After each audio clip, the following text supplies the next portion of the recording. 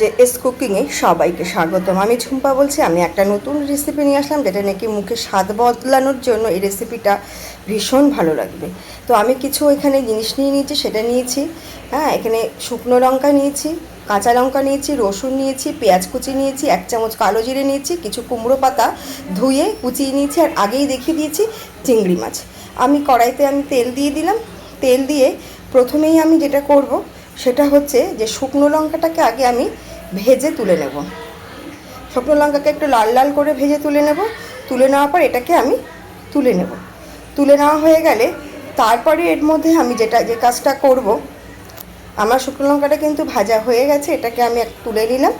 তুলে নেওয়ার পর এখানে আমি চিংড়ি মাছটা দেবো। চিংড়ি মাছটাকে আমি একদম খুব সুন্দর করে, খুব মিডিয়াম টু লো ফ্লেমে এটাকে আমি আস্তে আস্তে করে এটাকে আমি ভালো করে ভেজে নেব। ভাজা হয়ে গেলে এটাকেও কিন্তু আমি তুলে নেব। চিংড়ি মাছটা ভাজা হয়ে গেছে, এইবার আমি এটাকে কিন্তু আমি তুলে নিলাম। আচ্ছা, এরপরে আমি যেটা দেব তেলের মধ্যে, তেল যা রয়েছে যথেষ্ট, এখানে আর তেল দিচ্ছি না। এর মধ্যেই আমি দিয়ে দিলাম কালো জিরে। এখানে 1 চামচ কালো জিরে আছে। কালো জিরেটা এই রান্নাটার জন্য, এই রেসিপিটার জন্য ভীষণ একটা প্রয়োজনীয় জিনিস, তাই এই কালো জিরের পরিমাণটা একটু বেশি দিয়েছি। এখানে আমি 1 চামচ কালো জিরে আমি এখানে দিয়ে দিয়েছি।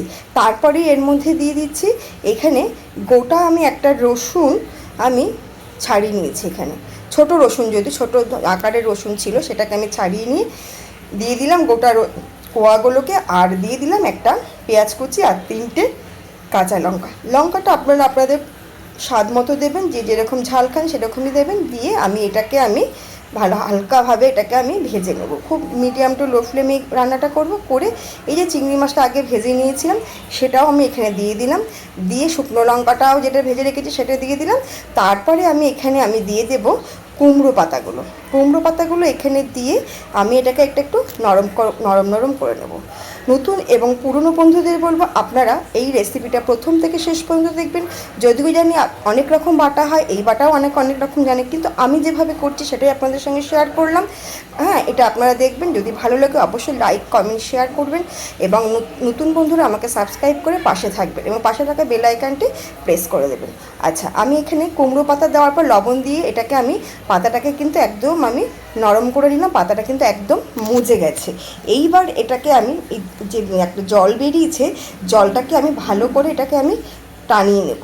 আর এর মধ্যে চিংড়ি মাছটা যাতে ভালো মতো সিদ্ধ হয়ে যায় সেটা দিয়ে দেবো। এখানে মিনিট 2 মতো আমি এটাকে ঢাকা চাপা দিয়ে রাখলাম। ঢাকা চাপা দিয়ে রাখার পর এটাকে আমি ঢাকাটা কিন্তু আমি খুলে নেব।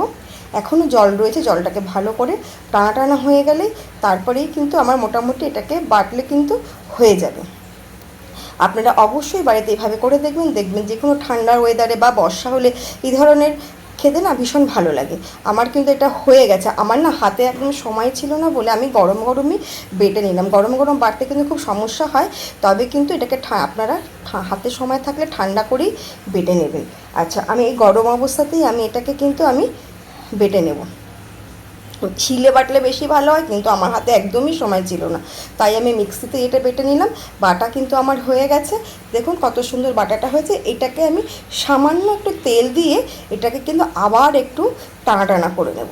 একটুখানি অল্প তেল দেবো, বেশি তেল দেবো না, সামান্য তেল দেবো।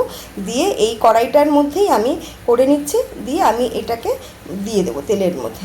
দিয়ে এটাকে আমি একদম আরেকটু শুকনো করে নেব, যাতে স্বাদটা একটু ভালো হয়।